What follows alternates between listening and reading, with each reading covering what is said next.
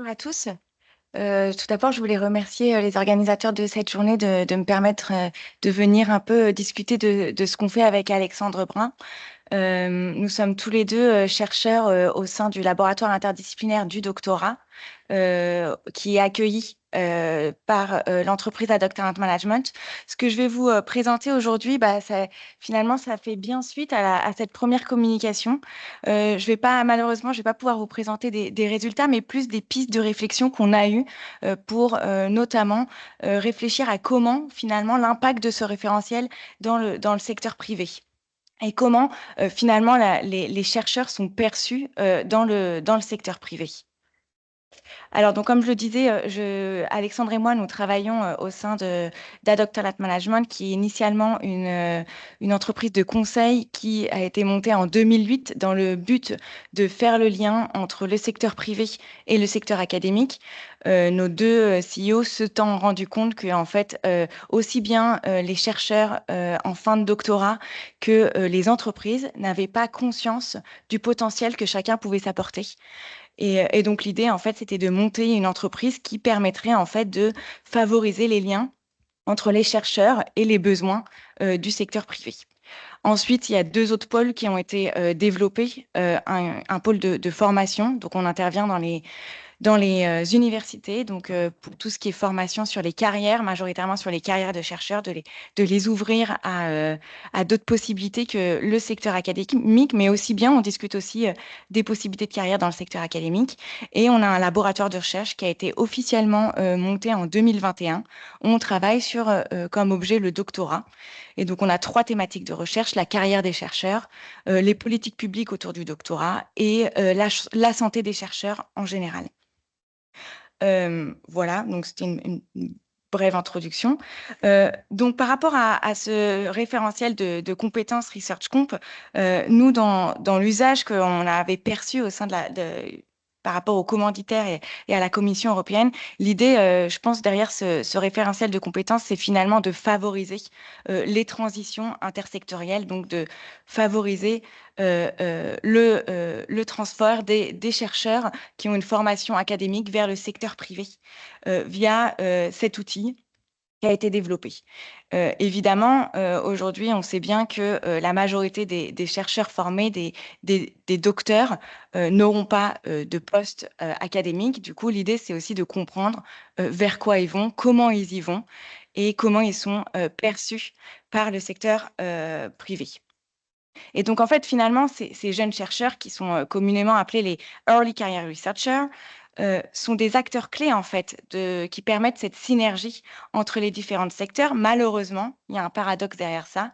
Les entreprises et le secteur privé euh, ne sait pas comment les valoriser et les accueillir et prendre en considération finalement toutes les compétences qui ont été développées dans le parcours académique. Donc face à ça, on se pose une question finalement: est-ce que ResearchComp, tel qu'il a été développé, pourrait permettre finalement aux entreprises d'identifier et de valoriser un peu plus efficacement des profils des jeunes chercheurs au sein de leur propre structure?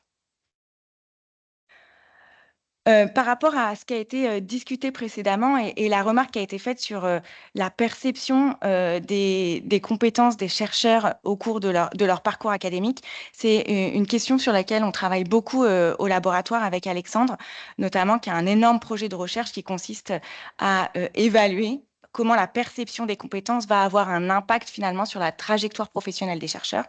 Et donc, un travail qu'on mène en collaboration avec Antoine Pasquet, c'est finalement d'utiliser ce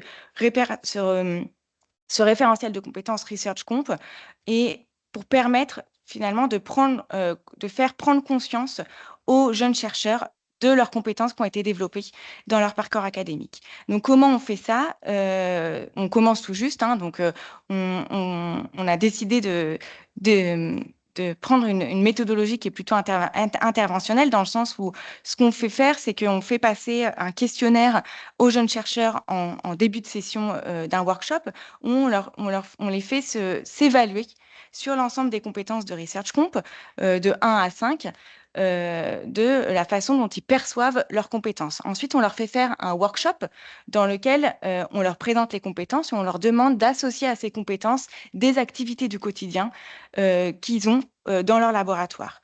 Et à la fin de ce workshop, on leur demande à nouveau de remplir ce questionnaire. Et l'idée, en fait, ensuite, dans tout ça, c'est de pouvoir croiser les deux questionnaires et faire en sorte essayer de comprendre si ce workshop a permis une amélioration, une croissance de leur perception des compétences au cours de ce workshop. Et du coup, dans la mise en place de ce questionnaire avec Alexandre, on a regardé en détail le référentiel ResearchComp et on a été assez interrogé aussi finalement de se rendre compte que faire de la recherche, c'est une des 6 catégories de ce, répertoire, ce qui semble un peu étrange quand on se dit que faire de la recherche, ça devrait être la base d'un chercheur. Mais finalement, effectivement, il y a tout ce côté managérial, tout ce côté sociétal qui est mis en valeur. Et nous, on s'est rendu compte aussi que par rapport à d'autres référentiels de compétences qui avaient été développés, il pouvait en manquer certaines. On en a identifié quelques-unes que je vous communique aujourd'hui. Par exemple, communiquer à l'écrit et à l'oral. C'est une compétence qui est développée pendant le parcours académique. Être capable d'apprendre de nouvelles informations, pouvoir s'adapter rapidement, mettre en place une veille scientifique. C'est quand même hyper étonnant que dans ce référentiel-là, ce ne soit pas mentionné, mettre en place une veille scientifique. Se remettre en question aussi et être persévérant. Donc ça, c'est les compétences que nous, on a identifiées comme manquantes au sein de ce référentiel et qu'on a ajoutées finalement au questionnaire qu'on fait passer aux jeunes chercheurs dans le cadre du workshop que j'ai décrit précédemment. Quand on parle aussi de ce référentiel de compétences ResearchComp, c'est aussi intéressant de regarder ce qui se fait au niveau européen et notamment de regarder un projet européen qui s'appelle Doc Talent for You, qui a été une initiative qui est en cours et qui est sur la fin, qui tend à sa fin, et qui a été une initiative européenne qui visait à améliorer les compétences transversales des jeunes chercheurs, en particulier des doctorats, pour favoriser leur employabilité, notamment dans le secteur privé. Donc, ce projet a consisté à identifier finalement des compétences clés basées sur les besoins du marché du travail aujourd'hui. Et ensuite, après avoir identifié ces compétences clés, de finalement développer des formations qui vont permettre aux jeunes chercheurs, aux doctorants en particulier, de renforcer ces compétences pour entrer dans le marché du travail ensuite. La méthodologie, elle est pas encore, je la trouve pas très détaillée. Effectivement, comme l'élaboration de ResearchComp, rien n'est très détaillé. Mais ce qui est mentionné en tout cas, c'est 3 aspects, donc des entretiens, des questionnaires quantitatifs avec des acteurs du secteur privé notamment, et une analyse assez poussée grâce à des outils d'analyse numérique poussés, d'identification au sein de plusieurs offres de travail présentes sur le portail européen EURES, des compétences finalement qui étaient les plus demandées dans ces offres de travail. Bon, on peut critiquer et discuter de cette méthodologie, mais en tout cas, ce qui en sort de cette méthodologie-là, c'est qu'il y a toute une liste de compétences qui a été euh, mise en valeur et extraite comme compétences transversales nécessaires au marché du travail aujourd'hui et qui sont présentées finalement dans ce tableau-là. Et l'ensemble de ces compétences-là a été aussi comparé finalement aux compétences décrites par ResearchComp. Et c'est intéressant de voir que là encore, dans ce référentiel de compétences ResearchComp, il en manque certaines, notamment comme la maîtrise du langage et la volonté d'apprendre, qui ne sont pas présentes dans ResearchComp et qu'on avait identifiées antérieurement avec Alexandre dans notre travail sur le workshop. Donc, pour finir un peu sur ce contexte, donc notre idée à nous, finalement, notre étude, ce qu'elle va faire, c'est qu'elle va viser à répondre à 2 questions. Comment les entreprises perçoivent-elles les compétences des jeunes chercheurs en début de carrière? Et la deuxième, c'est dans quelle mesure leurs attentes en matière de compétences va-t-elle correspondre à celles mises en avant dans ResearchComp? Donc, pour répondre à ces 2 questions, notre idée, pardon, je vais juste aussi faire une petite aparté parce que ce projet s'insère aussi à la suite d'un projet européen auquel nous avons fait partie pour lequel nous avons fait partie du consortium, mais malheureusement qui n'a pas été sélectionné et pour lequel nous avons commencé à travailler. Donc, c'était important de le mentionner aujourd'hui. C'est un projet qui avait pour objectif finalement de concevoir et promouvoir des écosystèmes de talents en recherche, offrant aux chercheurs, donc à toute étape de la carrière, de R1 à R4, les compétences pertinentes pour l'employabilité dans tous les secteurs. Et donc, dans ce cadre-là, nous avions commencé cette réflexion avec nos partenaires. Donc, la méthodologie que nous avons réfléchie pour répondre à ces questions, on pourra en discuter, évidemment, comme c'est un projet vraiment en phase vraiment initiale. Donc, je suis vraiment ouverte à toute discussion autour de la méthodologie, autour du contexte aussi. Donc, nous avons pensé à une méthodologie mixte pour répondre à cette question, à savoir donc quantitative et qualitative. Les objectifs du quantitatif, de l'étude quantitative seraient plutôt dans un premier temps d'évaluer finalement la connaissance des profils des chercheurs au sein du secteur privé. Identifier les compétences les plus valorisées du référentiel Research Comp dans le secteur privé et finalement aussi de demander quelles sont les compétences qui seraient absentes de ce référentiel-là. Une fois cette étude quantitative effectuée, aller un peu plus loin, donc par une étude qualitative, approfondir les résultats du questionnaire quantitatif afin de mieux comprendre les freins et les opportunités au recrutement des chercheurs dans le secteur privé et explorer un peu plus en détail le potentiel de ce référentiel Research Comp. En termes de méthode quantitative, donc nous, notre idée, c'est de mettre en place un questionnaire et d'interroger aussi tout type de structures privées, que ce soit des startups, des PME et des grandes entreprises, et tout type de personnes impliquées aussi dans le processus de recrutement. Nous, au sein d'Adoc Talent Management, on se rend bien compte qu'en fonction des postes dans les entreprises, ce ne seront pas les mêmes interlocuteurs que les candidats auront au cours du processus de recrutement. Donc, c'est intéressant de voir aussi en fonction des interlocuteurs qui va être, quelles compétences vont être finalement les plus importantes dans la sélection des candidats. Et donc, dans les entretiens semi-directif-là, c'est aussi vraiment d'identifier ces personnes-là, comme je le disais précédemment. Là, par exemple, moi, au début, quand je suis arrivée chez Adoc Talent Management, je faisais aussi du recrutement et j'ai travaillé pour une petite start-up sur 2 postes différents. Et j'ai bien vu qu'en fonction des responsabilités, en fonction d'un poste, s'il est plutôt R1, R2, R3 ou R4, les interlocuteurs seront pas les mêmes. Et du coup, les exigences en termes de compétences aussi seront pas les mêmes. Et donc, c'est selon moi, selon nous, selon Alexandre et moi, hyper important d'impliquer aussi et de comprendre quelles sont les personnes qui sont dans les processus de recrutement. 4 minutes? Ouais, c'est bon, j'ai bientôt fini. Donc, les impacts attendus de cette étude, c'est évidemment de mieux comprendre le potentiel de Research Comp comme outil facilitateur permettant aux entreprises d'avoir une meilleure perception et de comprendre davantage quelles sont les compétences des chercheurs, de permettre aussi évidemment d'adapter ce référentiel si des compétences ne sont pas couvertes et de comprendre les freins à l'utilisation de cet outil pour permettre de les communiquer et d'accompagner au mieux l'utilisation de cet outil dans le secteur privé. Donc l'étude nous permettra de mieux comprendre cette perception au sein des entreprises, au sein des différents types d'entreprises. Là, comme je l'ai mentionné précédemment, les besoins au sein d'une start-up ou d'une PME ou d'une grande entreprise sont souvent très différents. Les rôles aussi dans les entreprises sont très différents.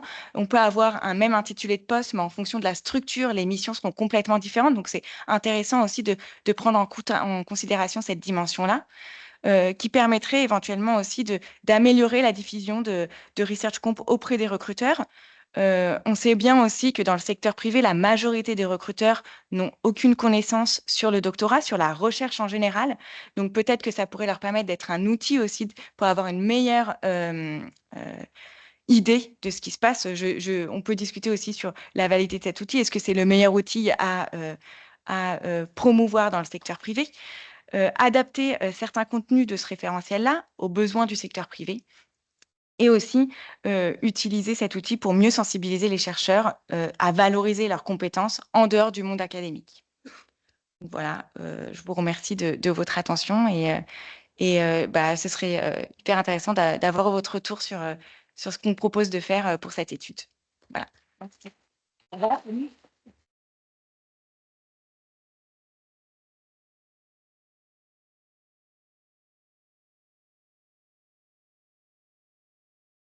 Voilà. Oui. Ouais, ça me permet de reboucler une question que j'ai pas pu poser tout à l'heure, mais en fin de compte, ton intervention conduit là-dessus. Moi, je travaille pour un collège doctoral, donc comme ça, je pose pour le sens de ma question.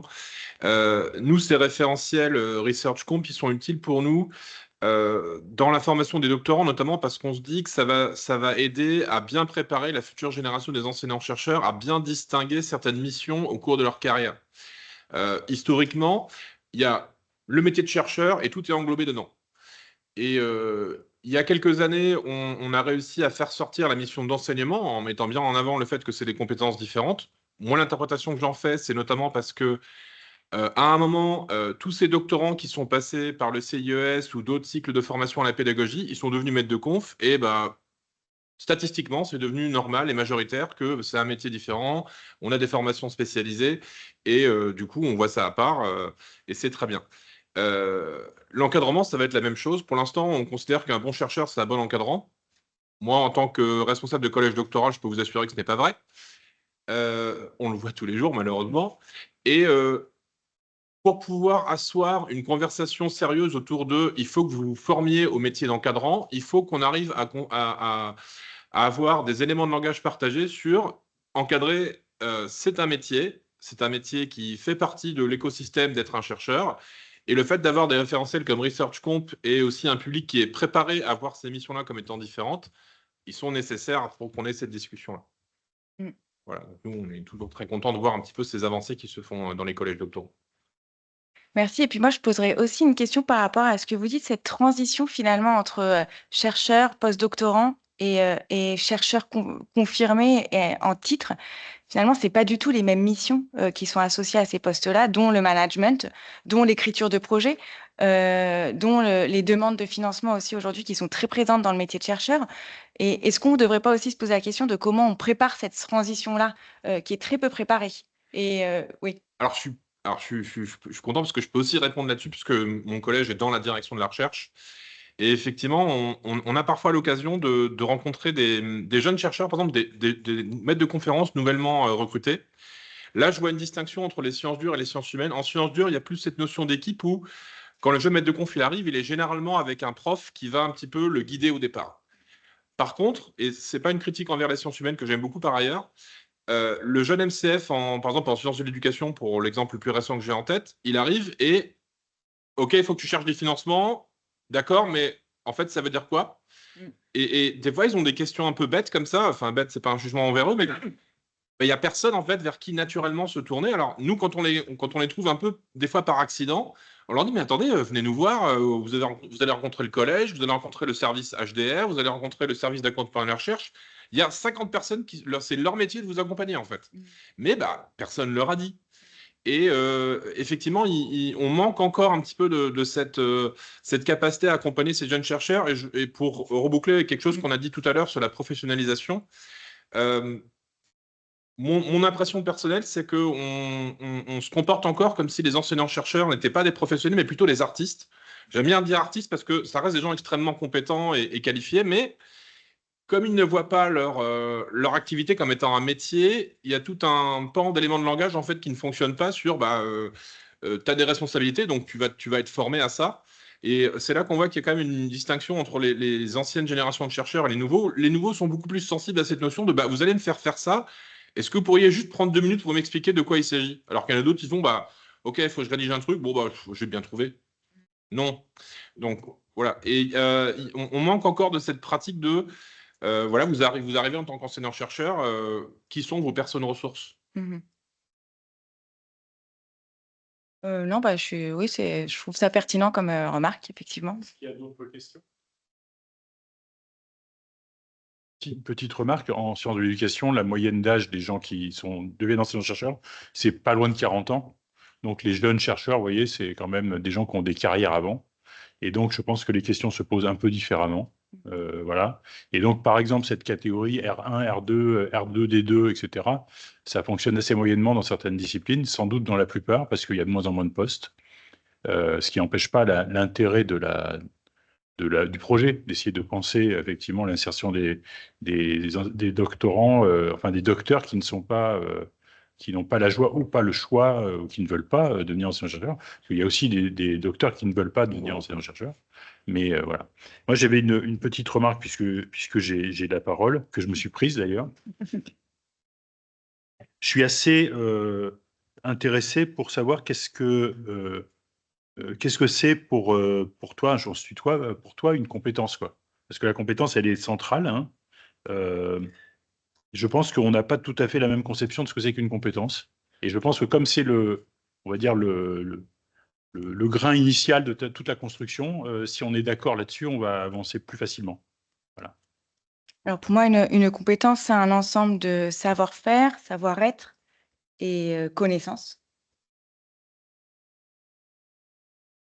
Je vais te donner des exemples, par exemple, être persévérant.